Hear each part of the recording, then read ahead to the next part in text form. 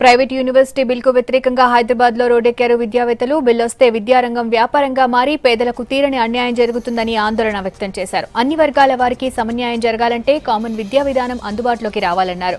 రాష్ట్రంలో ప్రైవేట్ స్కూళ్లు అనుసరిస్తున్న విధానాలపై ఆవేదన వ్యక్తం చేశారు. విధానాలు మార్చే వరకు ఆందోళన ఆపేది లేదన్నారు. సమాజం తన సామ్రాజ్యాన్ని విస్తీర్ణం చేసుకోవడానికి కోసం విద్యను ఒక సాధనంగా పరికరంగా ఆయుధంగా ఉపయోగిస్తూ ఉన్నది. ఇది కేవలం భారతదేశంలోనే కాదు, మొత్తం ప్రపంచమంతా కూడా జరుగుతున్నటువంటి యొక్క ప్రక్రియ ఇది. దీన్ని తట్టుకోవాలంటే కేవలం ఉపాధ్యాయులు మాత్రమే సరిపోదు, కేవలం విద్యార్థులు మాత్రమే సరిపోదు. ప్రజానీకంలో ఈ సమస్య తీసుకువెళితేనే అప్పుడు ప్రజల లోపల జాగృతి లేక ప్రజల లోపల అవేర్నెస్ వచ్చి ప్రభుత్వానికి ఎత్తనదో ప్రజల యొక్క వాంఛను తెలపాలనే ఉద్దేశంతో ఈనాడు విద్యా పరిరక్షణ కమిటీ వారు ప్రజల్లోకి వెళ్లాలని నిర్ణయం తీసుకున్నారు.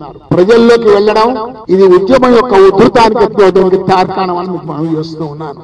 కాబట్టి ఈనాడు విద్యా పరిరక్షణ కమిటీ ప్రజల్లోకి వెళ్ళడానికి కారణం ఏమిటంటే ఈ యుగం లోపల ప్రజల వాంఛనతో డైరెక్ట్ గా తెలవాలనే ఉద్దేశంతో ఈ యొక్క మహాయాత్రతో తీసుకున్నందుకు నేను ఒక కార్యకర్తగా వారికి అభినందనతో సెలవు తీసుకుంటాను. ఇవాళ దాదాపు అన్ని యూనివర్సిటీల్లో ప్రొఫెసర్ పోస్టులు ఖాళీ కాబోతున్నాయి. ఇంకో 2-3 సంవత్సరాల్లో యూనివర్సిటీల్లో ప్రొఫెసర్లు ఉండరు. మళ్ళీ ప్రొఫెసర్లను తెచ్చుకోవాలంటే రీడర్ల నుంచే ప్రమోట్ చేయాలి. డైరెక్ట్ గా సెలక్షన్ అనేది లేదు. ఏ యూనివర్సిటీలో కూడా ఇప్పుడు రీడర్స్ లేరు. దీనికి కారణంగా యూనివర్సిటీల యొక్క గ్రేడింగ్ పడిపోయి వాటికి పబ్లిక్ నిధులు వచ్చే పరిస్థితి కూడా మనకు దరిదాపుల్లో కనిపించడం లేదు. ఈ సమయంలో ప్రైవేట్ యూనివర్సిటీలు కనుక వస్తే ఉన్నత విద్యారంగంలో విపరీతంగా తారతమ్యాలు పెరిగేటువంటి ప్రమాదం ఉంది.